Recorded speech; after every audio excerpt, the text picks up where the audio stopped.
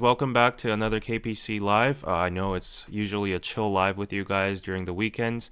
We have fun discussions and all that, but today the occasion is the occasion.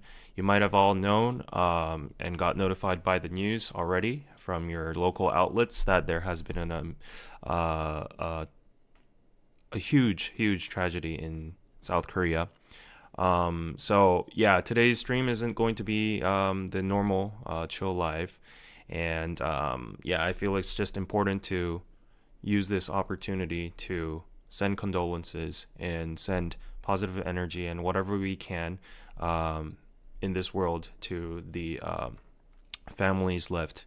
And first of all, before I start the stream, I want to send my deepest condolences to the families, and may all the victims rest in peace. Hopefully, everyone affected by this heartbreaking incident is, deepest condolences. May they have the strength to go through this. Korea is going through a really dark time right now, and because of the nature of today's topic, I just like to say that today's stream is going to be shorter as usual, and just to let you guys know, just to prevent any kind of confusion at all, I have disabled any kind of monetization feature on this live stream, such as ads, super chats, and sponsorships as well. You won't see the sponsorship banners. I've already told the sponsors that I won't be able to put them up, so that we can entirely focus on the matter and show our respect to the bereaved. So let's just take this time to reflect together and again send our condolences, and I'll give you as much information as I can with the current news just pouring out right now. So I really wish I really tried hard to find a link that could collectively send our financial support or donations. However, I think it's too early in the phase for to find any kind of link of some sort. So I will try to update you in the weekday live stream coming up. So it's just very hard to process what has happened. Just to give you context on like an individual standpoint, yesterday it was just a normal day. Everyone was just in their year-end moods. I was at like an influencer party. I came home very late at night, had a good night's sleep, opened my eyes in the morning, and my phone was blazing. The group chat was blazing. The news. My grandma was watching the news in the living room, and I was like, "What's happening?" And I realized that there had been a terrible plane crash. So in the morning we didn't really get like the specifics on how many people were injured or how many casualties there were, how many were actually dead and such. But as the time went by, there were updates, and as of now, it is the 30th, 1 a.m. in South Korea. And just to let you guys know that the official news has came out, and just citing the Korea Herald over here, there is 179 dead from the plane crash, and it is South Korea's worst ever aviation disaster. So just to let you guys know, for those of you who haven't got exposed to this news yet, a tragic plane crash Sunday morning at Muan International Airport. That is not near Seoul. That is in Jeollado. It's the southern west part of Korea. And in Muan International Airport, the plane crash claimed 179 lives in what is South Korea's worst domestic aviation disaster to date. It was the Jeju Air Flight 7C 2216, a Boeing 737-800 carrying 181 passengers and crew, was attempting to land when it veered off the runway. 5 minutes after the pilot signaled Mayday, the plane collided with the perimeter fence and burst into flames, according to the Transport Ministry. And according to the Jeonnam Fire Service headquarters on Sunday, only 2 crew members, a male and female, survived the crash. Later, it was revealed that this male and female both were cabin crew, and they were at the tail part of the plane, which did not catch fire.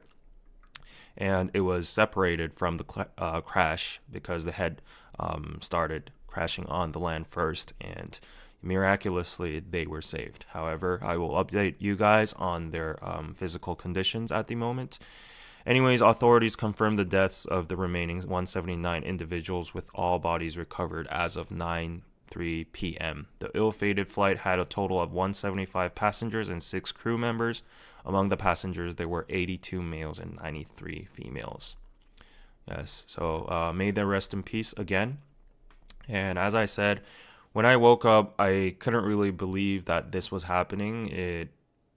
Was just it was just so hard to believe. And when I first got the news, I think it was, I don't know. I don't know the specific time, but it was early in the morning. And yeah, they still hadn't recovered the bodies. They still didn't have a number of how many people were dead. So people were hanging on into hope.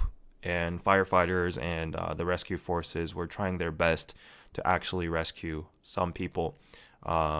Yeah, so a lot of families were just waiting for updates and updates about the news. However, tragically, at the end of the day, most of the people, excluding 2 people, yeah, almost all, were found dead.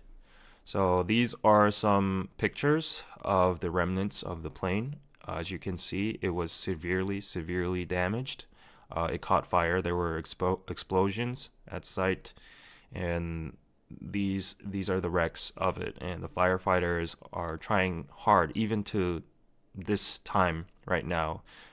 They are fighting hard to get whatever possessions or objects that can identify the victims and the dead, and all that kind of stuff. So yeah, they are working very hard in the cold. So yeah, sending some energy towards them. So you can see, as you can see, there was a board, and there were names of the passengers, and you can see that the family are trying to find the passenger names and such.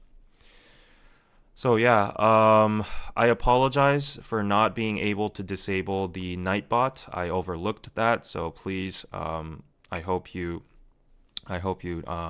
ignore the Nightbots and their usual the bot advertisements. So apologies for that.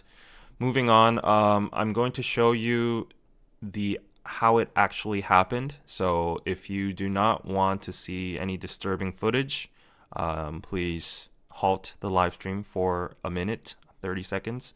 So yeah, this is from the Straits Times. Of course, the sources are from Korea, and people who actually got to film the actual scene. So I will play this footage, and it's disturbing. It might be disturbing, so some of you might want to halt the live stream. So anyways, I will play it right now.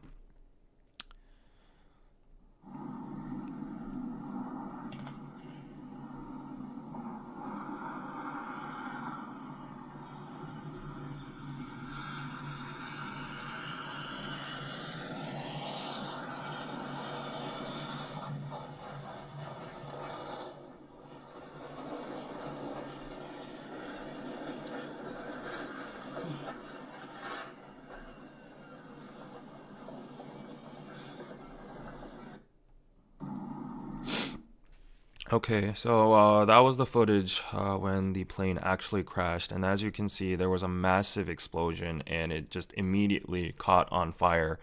It was already having sparks on the bottom part of the plane while it was crashing. It was making friction with the flightway, so it made sparks and it ignited fire on the engine itself, and then when it crashed into the brick wall, that was the boundaries of the airport, the last part of the flightway. It finally it just got caught on fire. So yeah, Yeah, that was some disturbing footage. I apologize for those of you who weren't ready for that. However, this is another angle because the investigations are going on, and yeah, people are trying to pinpoint on what the exact reason is for this explosion and this accident. So this is another footage that the news and investigations were able to recover from the scene. So this is not as disturbing, but it just shows you another angle of it before it lands on the ground. So if you can see here, you can see that the right engine, the right wing, there's a little bit of a explosion happening on the engine side over here. You can see that white burst coming out. So this footage shows what appears to be flames ejected from the engine from the plane, and a lot of the Ministry of Land, Infrastructure and Transport, Muan International Airport's control tower warned Jeju Air, this plane, of possible collision with birds as the plane approached the airport. So a lot of experts right now are pinpointing that the reasoning to this tragedy started with the collision of birds. And apparently it's called bird strikes in aviation terms, and it happens pretty common. Apparently, according to the news, don't quote me on this, but I've seen that there were like 600 bird collisions already in this year. Most of the cases, they are not fatal because, of course, you have the other engine on the other side, and because the brakes and landing gear operate independently, despite the bird collisions and all and malfunctioning of a single engine. Normally, the pilots have the capacities to do emergency landings or, such and such. So, yeah, as more news and more news is coming out, the Muan Control Tower warned of bird strike, and pilot declared Mayday 1 minute later of that warning. And there was the distress call, but you got to know that the plane was already en route to land on the ground. So a lot of people were speculating, why didn't the pilot circle around more, or why didn't he direct the plane towards like a plane or maybe a field or like the water, like the sea or something like that. But you have to understand that there wasn't sufficient time. The angle was already down, heading towards the flight path, and he only got to do the distress call while he was already too close to the ground, and after 4 minutes, the crash occurred. So there was a lot of confusion and chaos at the site, citing some of the cabin crew. The pilot also gave out an announcement to the passengers that there was everyone heard an explosion and there was a collision with birds. So that was announced. So that is the information we have until now from the survivors. And yeah. So there was communication between the aircraft and the control tower regarding a bird strike warning before the crash. The exact timing will be clarified after reviewing the flight data recorder. So right now, they are trying to recover the black box. They have procured the black box already. However, it's apparently kind of damaged, so they need to go through like certain like procedures that's very complicated, and I've seen the news that it might not be able to be recovered with domestic technology, so they might have to send it to the US or such, but they are working around the clock to get that information and see what actually happened. So that's what's happening. And yeah, so there are a lot of technical angles and analysis is coming out about why this happened. And just to show you guys a little bit of articles, so this expert saying both engines failed, landing gear manual operation time may not have been enough. So yeah, a lot of people are simulating what might have happened, and they are saying that the landing gear manual operation time might not have been enough. So if you see over here, if you watch the video at the time of the accident, you can see little smoke coming out, not only of the right engine of the aircraft, but also the left engine. So it looks like there was a problem with both engines. In the case of Boeing aircraft, if both engines fail, no electronic devices will work until the APU, which is the auxiliary power unit, comes into operation. So there's a possibility that birds were sucked into the left engine, causing the engine to fail due to a bird strike. Yes. And when an engine fails all electronic devices on the aircraft fail, it is nearly impossible to slow down the aircraft or automatically lower the landing gear. In this case, the pilots try to lower the landing gear manually, but it usually takes about 30 seconds to manually lower one landing gear. A professor of aviation management said that considering the landing speed as shown in the accident video, it seems that the captain was unable to control both engines and the runway change after the first landing was a measure taken when both engines were difficult to control. The pilot would not have had enough time to manually lower the landing gear. So there is, a lot of confusion right now. Of course, the families are, I don't blame them, but they just want to know the real reason of why this tragedy might have happened. So let's not blame them, but they are really desperate in trying to just identify what was the most critical reason towards this.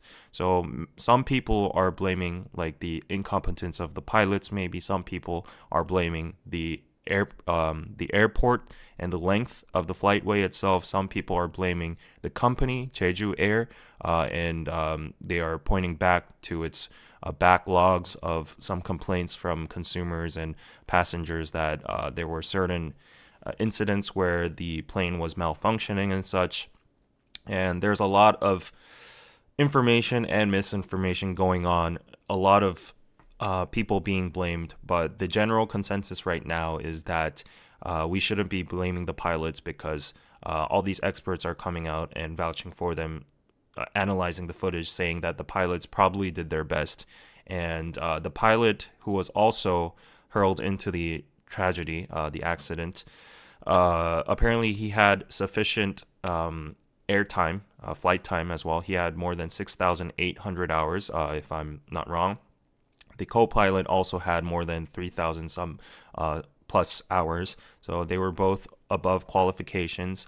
It's just that they were already landing and the bird collision just happened midway, and they just didn't have sufficient enough time. They were trying to figure out, like, as the article says, if the electronic gear disables you to like put down the landing gear automatically, then you'll have to put it down like manually, and they didn't have sufficient time enough. So that's what people and experts are analyzing right now. There are other criticisms on why didn't they dump the remaining fuel in the air, but apparently the plane that crashed didn't have that function.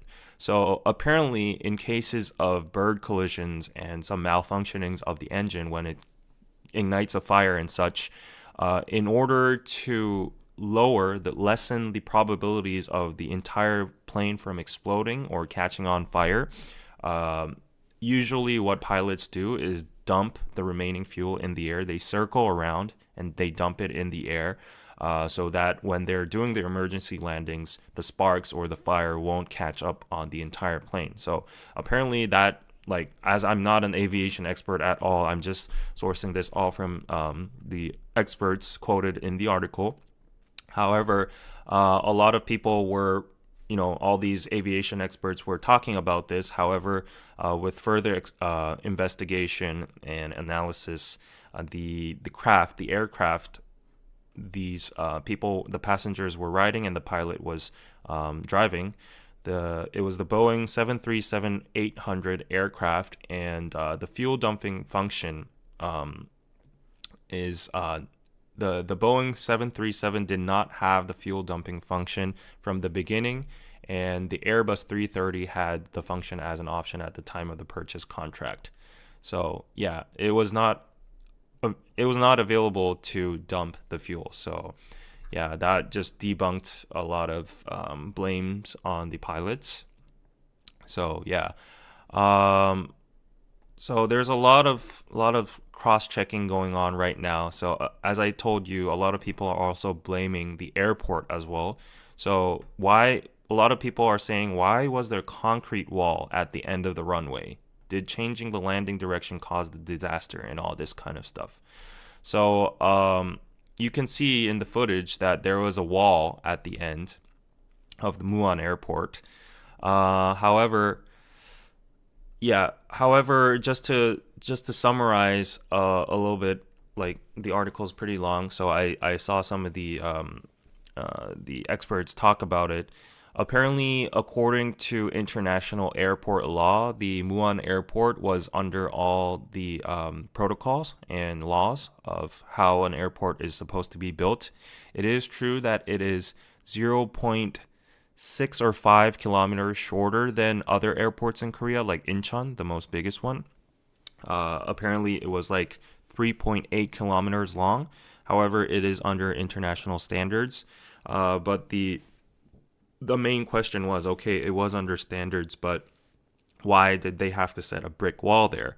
Um, they don't have like a decisive reason right now, but it's just standard procedure for airports to have like boundaries and walls for civilians or other people to not cross over to the flightway, the runways, because they could get into accidents and such. To prevent that, normally they make a sufficient length of a runway and then they put like walls, obviously. So yeah, as I said, a lot of people are just confused on why this has happened. So as you can see in this article, Muan Airport and the Transportation Ministry said, we have operated many aircraft normally within the 2.8 kilometer runway within the airport. It is difficult to say that the accident occurred because it's not long enough. And as I said, Incheon Airport is 4 kilometers, Gimpo Airport is 3.6, Kimhae is 3.2, Jeju is 3.1. And then we have Daegu as 2.7 and Yangyang at 2.5. So Muan was in the middle, like 2.8 kilometers. So as you can see, there were so many other landings and departures from all the other airports, and they were under those standards. Yeah. So yeah, I didn't tell you about where it was coming from. It was coming from Thailand, and yeah. However, after failing to land on its first leg due to a bird strike, it made a 180-degree turn, entered from the north to the south, and attempted a bottom landing. A bottom landing is like how, without the brakes, without the wheels, they just tried to slide through the runway. It's called a belly landing as well. And Muan Airport has a concrete wall at the southern end of the takeoff runway and a barbed wire fence at the northern end of the landing runway. There is a 400-meter gap from the end of the landing runway to the barbed wire fence, and there are observations that if it had landed from the south to the north as originally planned, there would have been fewer casualties. The Ministry of Land Infrastructure and Transport explained, we initially attempted to land from the south, but during our second landing attempt, the control tower gave us permission to land from the north, the opposite direction of the runway, which the pilot accepted. So yeah, a lot of these information and analysis is just coming out more and more, and you can see more pictures of like the remnants of the plane and authorities searching the wreckage, and the police force and everyone in that area is just pulled toward this right now. All resources are looking for more, whatever they can find, and there are even support for the families and everyone who needs to go to Muan right now in emergency terms. There's transportation being supported and everything like that. The government is doing their best to make like communal funerals and all that. They're making shelters for the families and all that. So yeah. Obviously, the Jeju Air CEO was summoned as well, and he apologized for the Muan airport crash. And this is the press conference here. He said, I express the deepest apologies to all victims and their families. Jeju Air has formed a team dedicated to supporting the families during his emergency press meeting. And he said, we can't determine the exact cause of the incident at the moment, but have to wait for the results of the government's investigation. Yes, Kim also denied multiple reports related to the crashed airplane, including any history of accidents. The airline also made a notice through its website to call this number for all domestic customers inquiring about the incident. Those residing overseas can press this, blah, blah, blah, and all that. Yeah, but however, due to this incident and its magnitude, there is so much backlash going towards the CEO and the airline and the actual company that owns the airline. And as you can see in this article, it says, is this how you run a business? Bereaved families protest after meeting with the vice chairman of Aegyeong. So Aegyeong is the owner company of Jeju Air over here.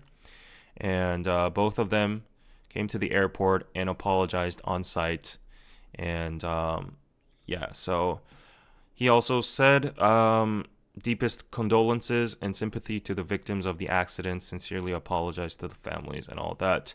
I deeply sympathize with the sadness and pain that many people are experiencing due to this accident that has taken previous lives, and I take responsibility for it seriously. Not only Jeju Air, but also the Aegyeong Group will spare no effort in providing support so that the accident can be quickly resolved and the necessary measures can be taken. One bereaved family member protested, saying, no matter how far Gwangju is from Seoul, it only takes an hour to get here. If the victims were your children, would you do this? And is this how you run your company?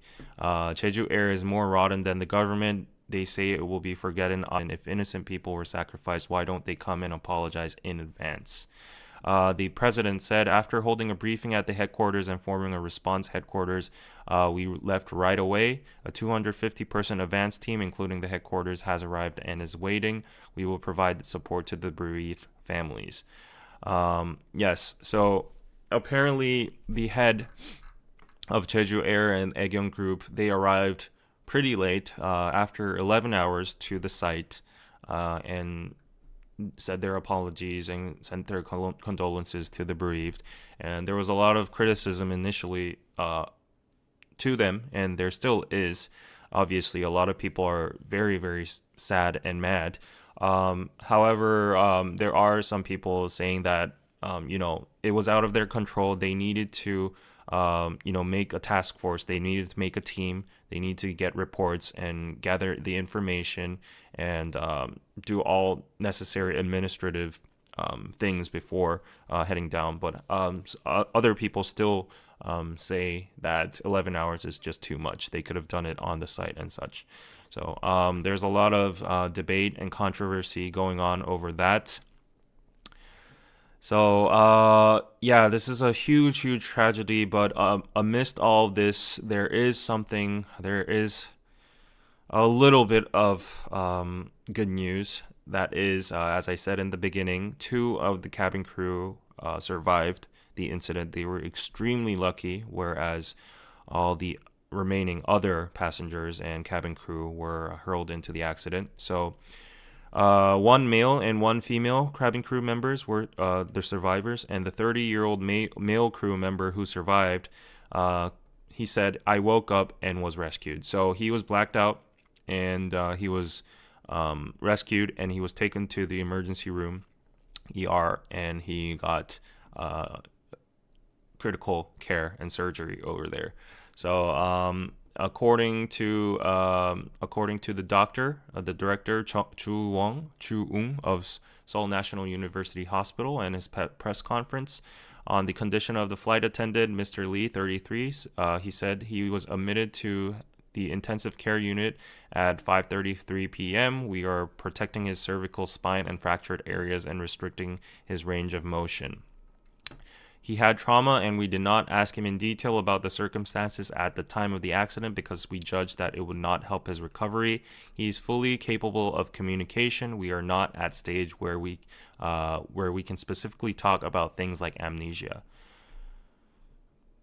So there's problem with the audio. I'm so sorry about that. I don't know what the reasoning is. However, I'll just keep on going.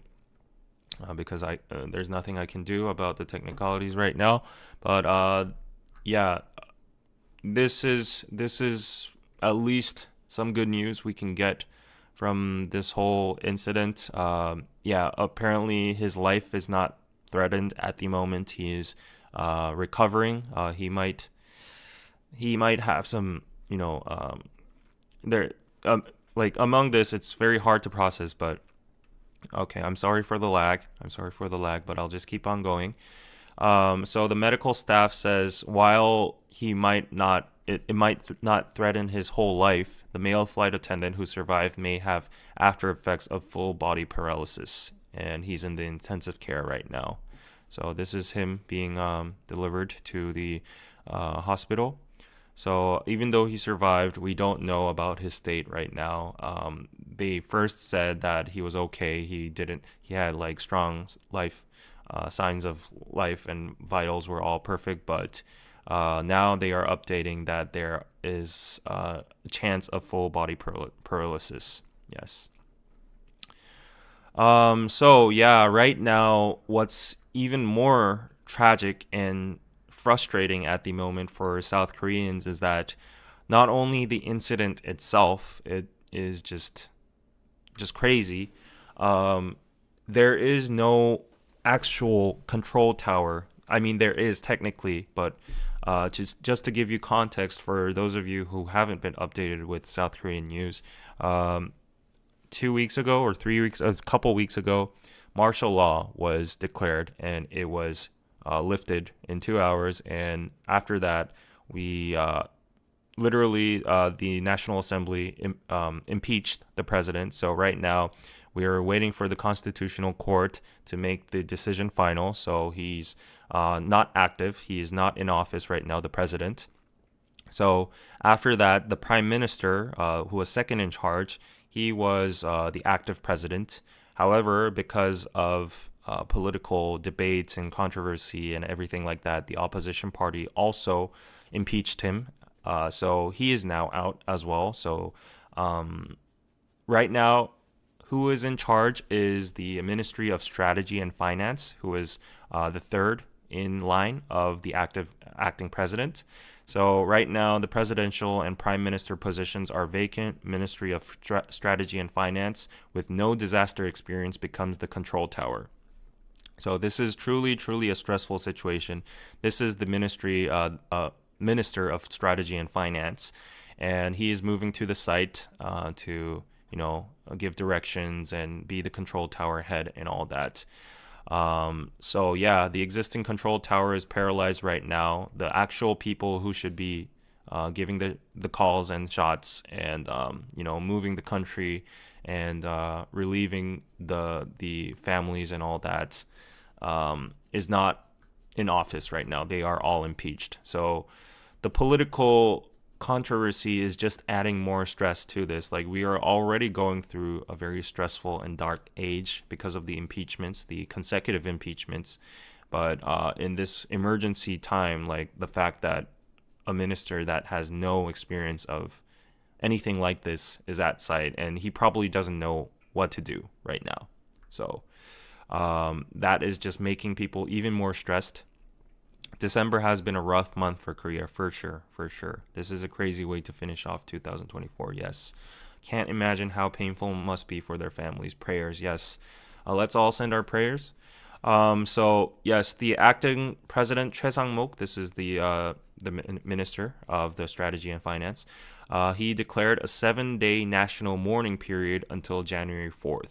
So any kind of celebrative or festival kind of event that is happening under the governments or government organizations or any private organizations, like government for sure is going to be shut down. Private, we can't really restrict on it. However, they are recommending and suggesting for any kind of festivals and events to be shut down right now. So we will have a national mourning period.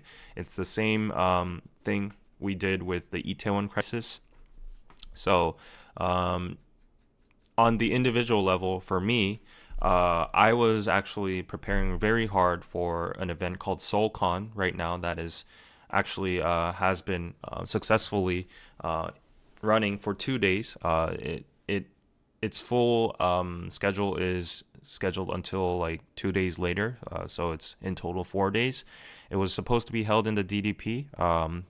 However, it's now all canceled. So I was supposed to have a booth over there. I was supposed to, go film the site, and there was supposed to be like K-pop performances and festivals. There was an influencer networking party and all that kind of stuff. It was a big scale event. It was one of the biggest scale events in Seoul happening right now. The Seoul mayor was supposed to show up and all that. But I just got emergency notice from the organizers that it is all now canceled due to the national mourning period. And yeah, that's just the start of it, and until January 4th. And I think even onwards, there will be more cancellations of any kind of festivities and all that. And yeah, that's the right thing to do. And I don't think we're in the mood to do any K-pop festivals or anything like that right now. Yes, and it just adds more tragedy because it's the year end, and during the year end, like any other country, Koreans also like to celebrate. It's a time of the year where you gather with your families, friends, relatives, co-workers outside and just drink, go to noraebangs and do the countdowns, like pop champagne and all that kind of stuff. But yeah, of course, right now, even if you go to the streets, like the drinking areas and busy districts, of course, people will be celebrating and like as usual. However, like it is being refrained. Like their suggestion to just mourn all together right now. Yeah. Yes, and amidst of all this political turmoil right now, to just give you more context, because the president was impeached and he's under investigation. He's technically under investigation right now. The prosecutors have to obtain like information from his office, so they're trying to like raid it or whatever and stuff. But the his Secret Service isn't letting them to intrude the Blue House at the moment. The president's office at the moment. He's been summoned to multiple investigations. However, he isn't replying to any of them. He's rejecting the acceptance of mail. So apparently, by law, if the receiver doesn't receive the mail, then he can't. He's deemed unable to go to the investigation. So he's just, in a siege right now. And he hasn't spoken to the public ever since the impeachment after his announcement. However, because of this incident, he has broken the silence. President Yoon breaks silence and says deepest condolences, and I will stand with the people.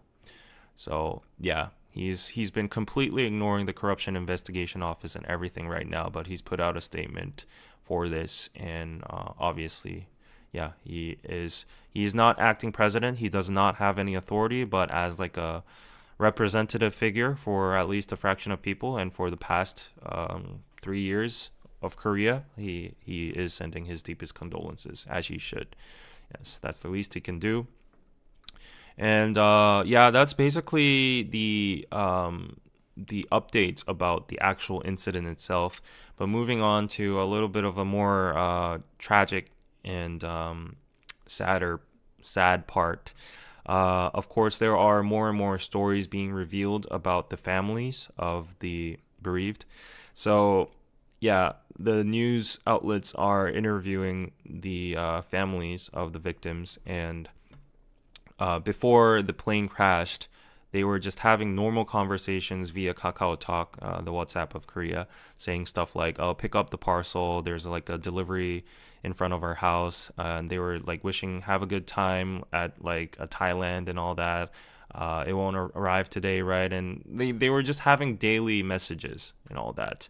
So they just show their families are just showing the news outlets, about like the pictures in Thailand and stuff.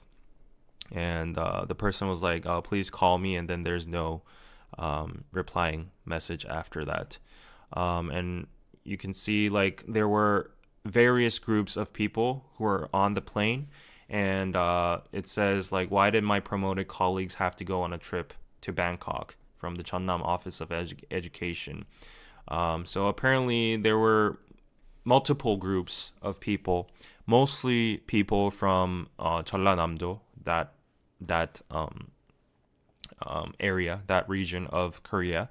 And some of them were government officials. Some of them were just grandmas going on a trip together. Some of them were, just normal colleagues together. Some of them were, just family as well, and all that. So there's a huge, pool of people just adding more and more tragedy with their stories right now. So, as you can see, we have confirmed that a total of 5 administrative officers, including 3 of our classmates who were promoted to the administrative officers in 2019, were among the dead.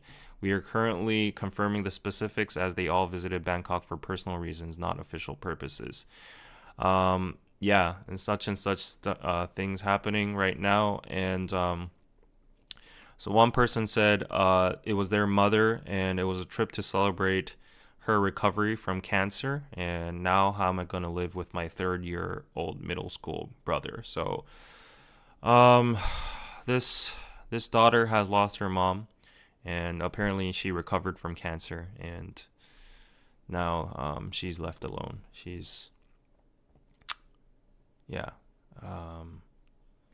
Their younger sister is 15. Okay, so it was not a daughter, it was a son. So Mr. Kim, who's 22 years old and has a younger sister who is 15, is now left alone from Mr. Kim. Maybe this is a mistranslation from English. Let me see. No, it's mother. Yeah, it's mother. Yes. Yeah, it just translated into a male, but yeah, it was her mother. And this is just so heartbreaking to read. Her mother divorced her husband about 10 years ago and has been raising her 2 children alone. And she opened a math academy and recently worked at a research institute supporting her children. Thanks to her mother's support, her younger sister was accepted to her dream high school this year and was scheduled to enroll next spring. The last time Kim, the daughter, I would say, I don't know if it's daughter or son, but I think it's daughter. The last time they contacted her mother was yesterday evening. It was to ask if the package that arrived at their house was delivered safely. Her mother was a strong person who always led us through difficult circumstances and a wonderful mother. So, yeah, all that. This is also so heartbreaking. And daughter and son-in-law were on the same plane. Mother with a child about to enter elementary school was on the plane. So you can see at the site, people are just like heartbroken and torn apart. Yeah. Mother and 6 aunts were on the same plane together. Family in desperation. Yeah. So, I went to the airport this morning to pick up my mother and aunt who were returning from Thailand, but I haven't heard anything yet. My elderly mother and 5 aunts left for a 3-night, 5-day trip to Bangkok, Thailand on the same plane, and they said they would arrive 8:50 this morning, so I went to the airport to pick up my mother and haven't heard anything. And the accident happened. Yes. I don't think I can continue, but... Yeah, a family of 9 left for Bangkok to celebrate their grandma's 80th birthday and never returned. Yeah. Some children sent their parents on a filial piety tour, whatever that is. In Korean, it's called hyodo. That means like respecting your elders and, sending them on like a you deserve to be the best parent ever kind of tour and stuff. Some people went after the cancer treatment and all that. A newlywed couple was boarded on the plane. So like 180 people, 81 people, or how many is it? I forgot the exact number. 179 people are dead. And of course, there's going to be a lot of, people from different groups and different, backgrounds and all that. So, yeah. Right now, the biggest, the pressing issue is from the families saying, please identify the people quickly as possible. because a lot of the bodies are damaged or burnt. The families that are at the airport that want to, that have a like that are they do not have any hope anymore because like the officials have confirmed that they are indeed actually not living anymore. However, they at least want to get the bodies back and do a proper funeral and all that. So that's very important. So the family members are just at the airport right now, urging for the investigation and the forces to identify the bodies and such. Yeah. And among all of this right now, as I said, because of the political context right now, it's very, very turbulent and very confusing times. So I hate humanity when things like this happen, but a lot of people actually, that we call them 정치병자, that means like people who are just mentally ill that connect everything to politics. There are people who are raising conspiracy theories, and people are extremely angry at these people, but I won't deny that if you go to like Naver and a lot of portal sites, a lot of people are making conspiracy theories about this. As for like the video we saw in the beginning of the live footage of how the plane was crashing, a lot of people first came up with the conspiracies of like how did NBC actually know that the plane was going to crash at the exact time, and how were they stationed there exactly to get that footage? Because it was NBC apparently that first reported.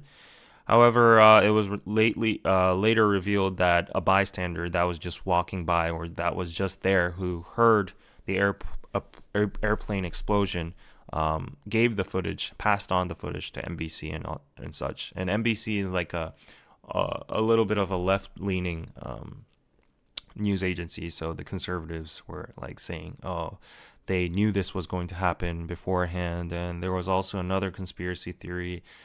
Because the day before, when the stock market was open, someone massive.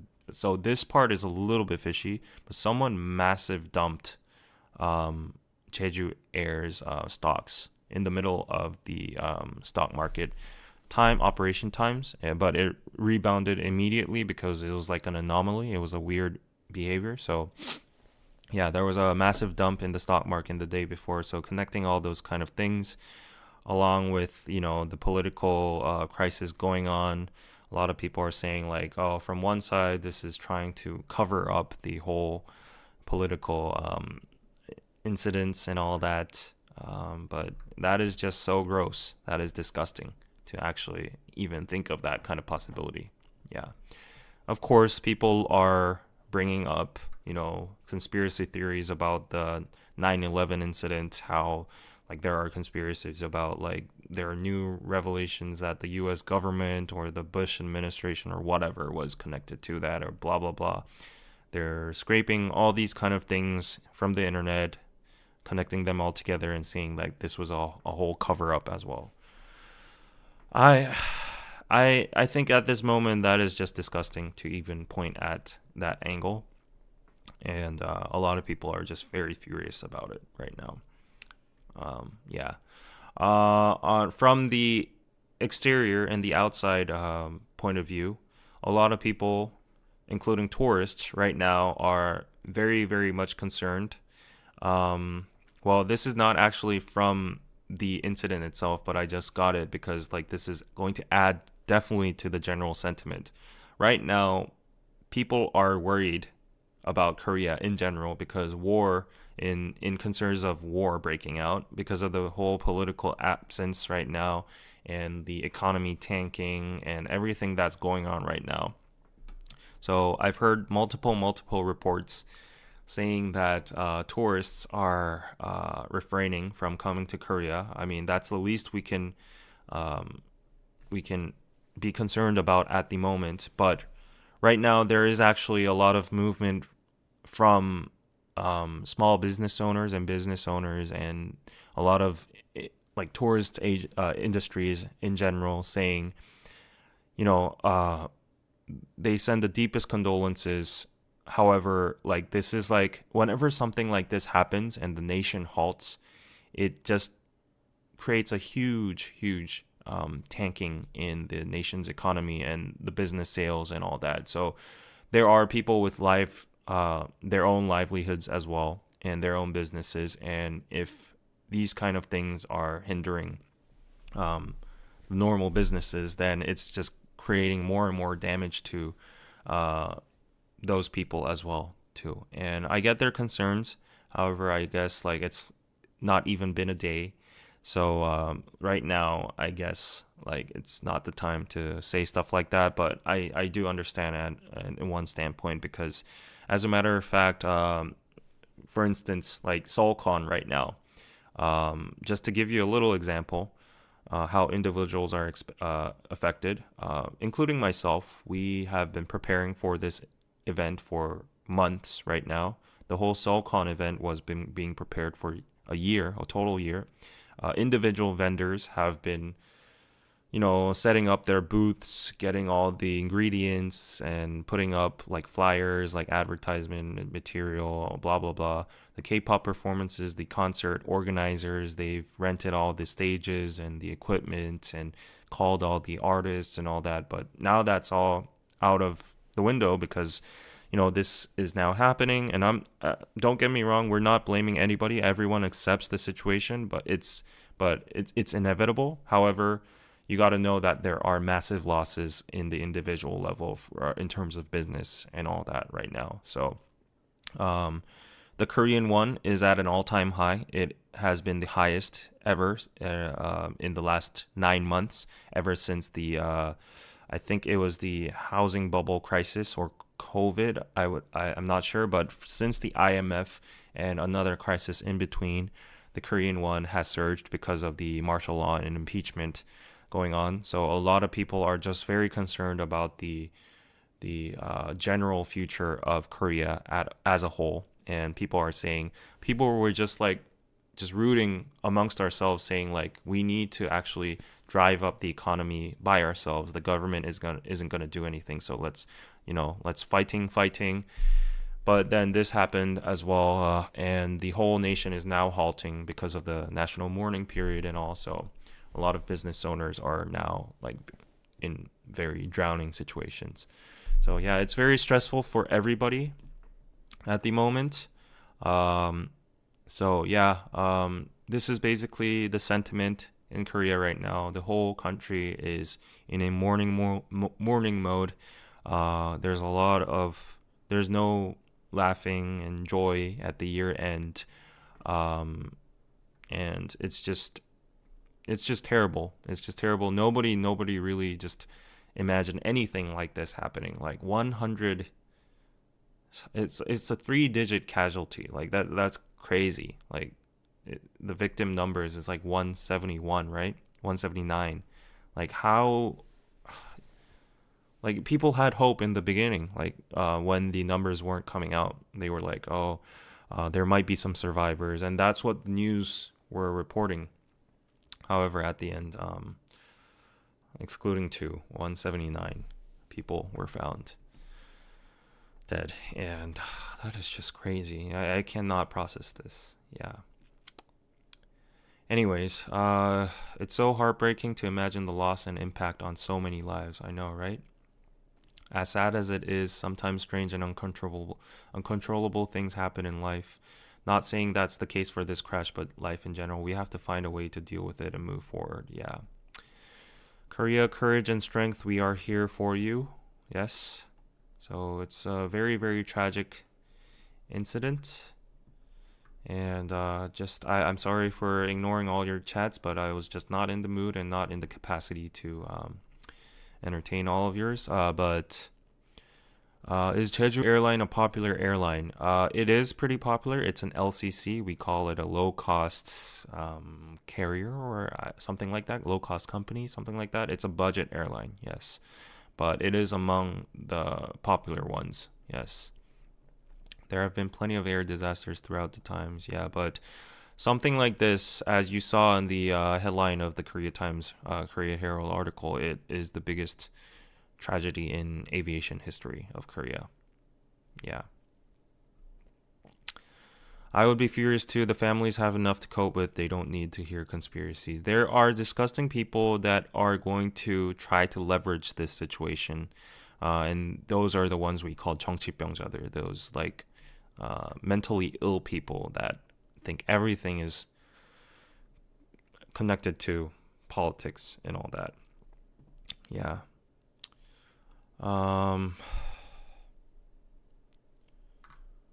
I hate how people always want to bring up 9/11 when there's a plane crash. It's two different tragedies. Let it be. Exactly.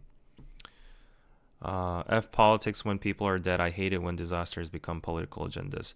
Unfortunately, I think this one is going to become another political agenda as well, because it's always pointing fingers, trying to find who's in charge, blame someone. Someone has to take responsibility. That's unfortunately how the world works and politics works. And it's disgusting.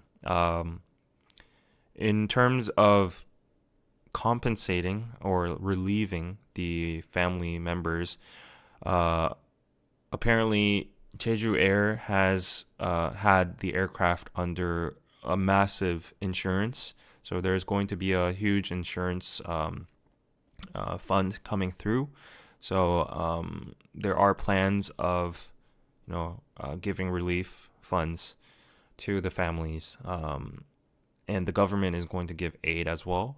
However, there's also going to be a lot of backlash about like these, communal funerals and like privileges, so-called privileges by some people, and benefits given to the families. That is exactly what happened to the Itaewon disaster as well. There was even political debate about the wording disaster or catastrophe or tragedy or victims and such. Even right now, that's going on amongst people. People are fighting that we shouldn't use the word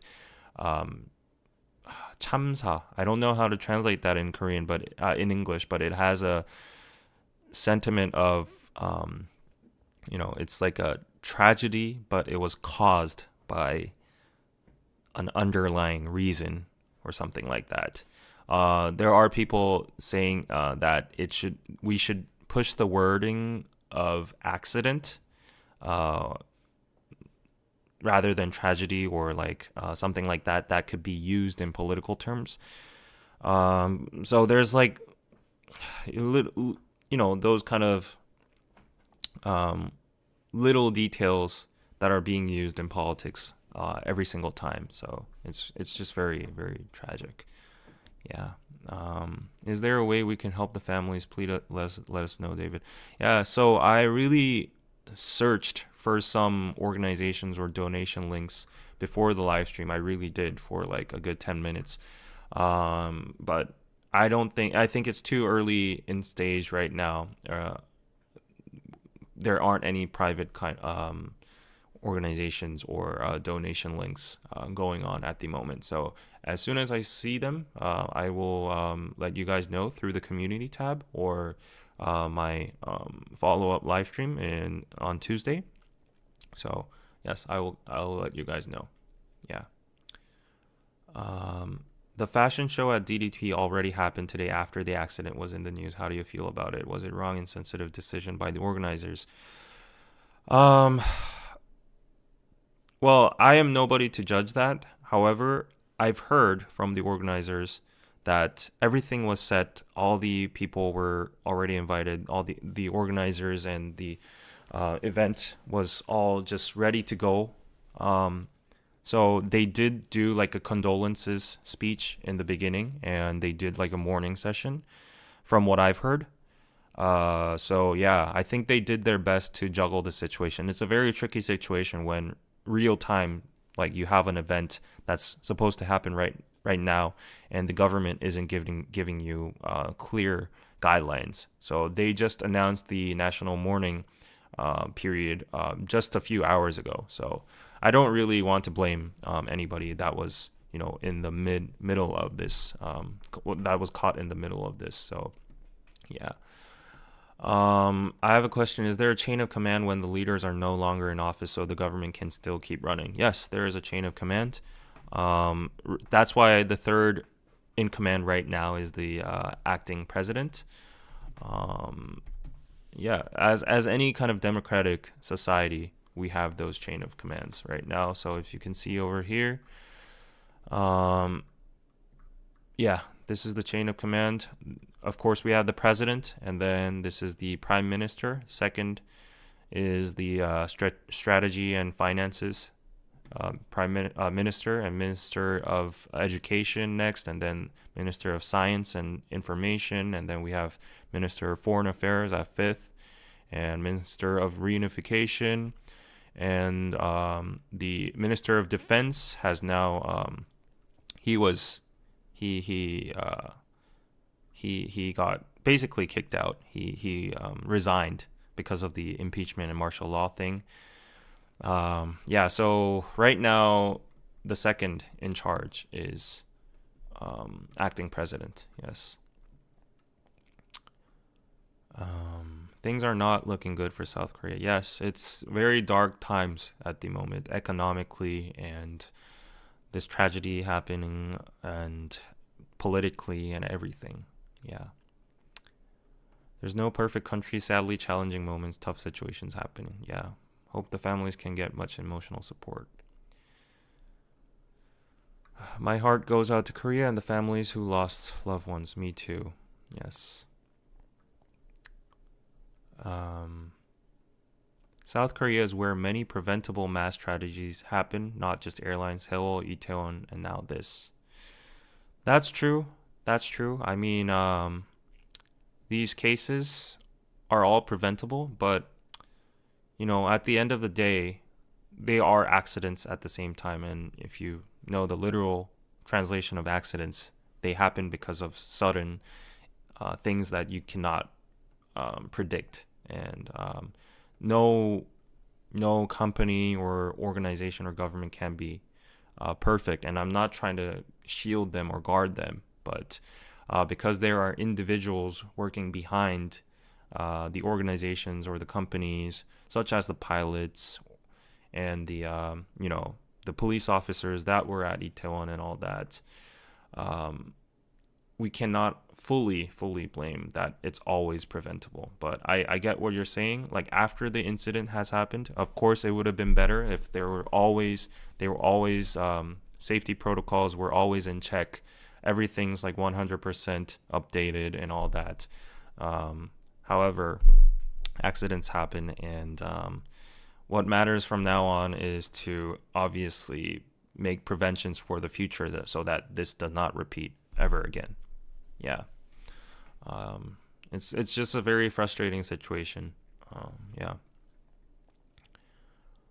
A memorial concert could be nice, act as a fundraiser for all the funerals. I don't know about that. Right now, I don't think anybody would think a concert in any kind would actually, yeah, do good. I think celebrities might step up with their support and donations towards the families, and maybe helping the firefighters and police at the scene, giving them like aid or food or such like that.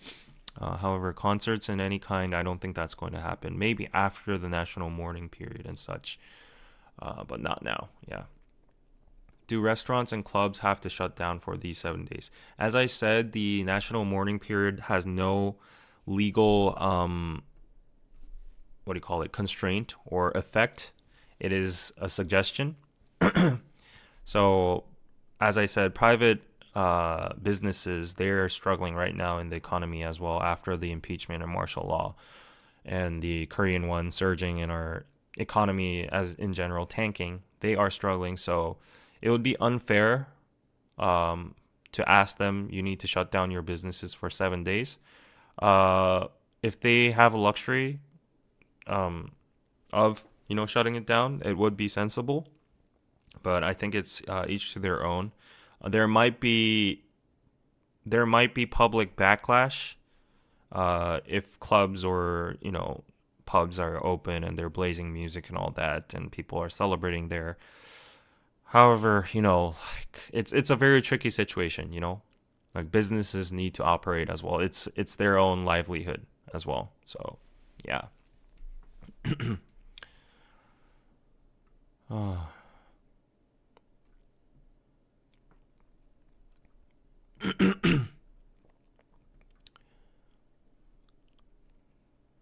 So anyways, yeah,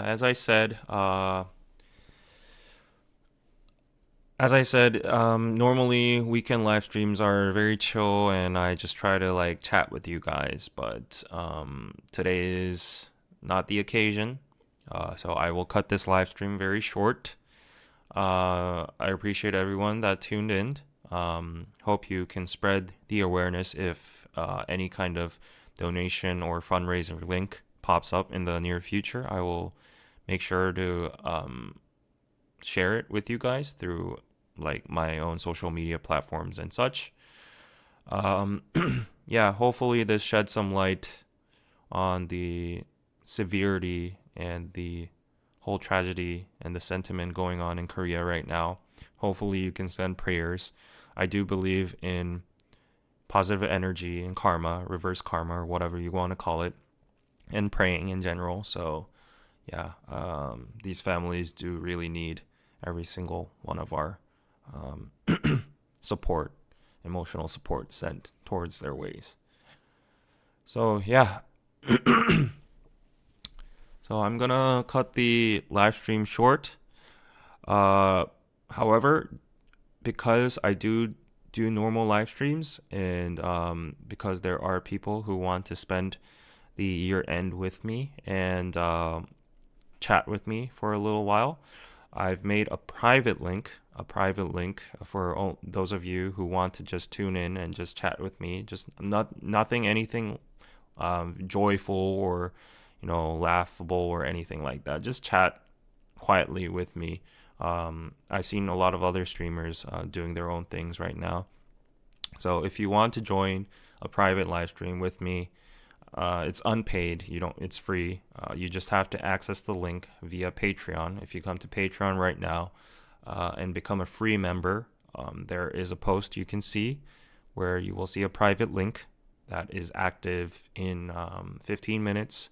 So we can chat about the year end, our my New Year resolutions, more stuff going on with my personal life, and all that kind of stuff over there. So I'll see you over there. Condolences to the families again, and may the victims rest in peace. And hopefully, Korea can mourn for a while and rebound from all this political, economical, and incidental, every kind of angle. Yeah, so yeah, sending my best wishes and prayers to them. And yeah, bye bye. See ya.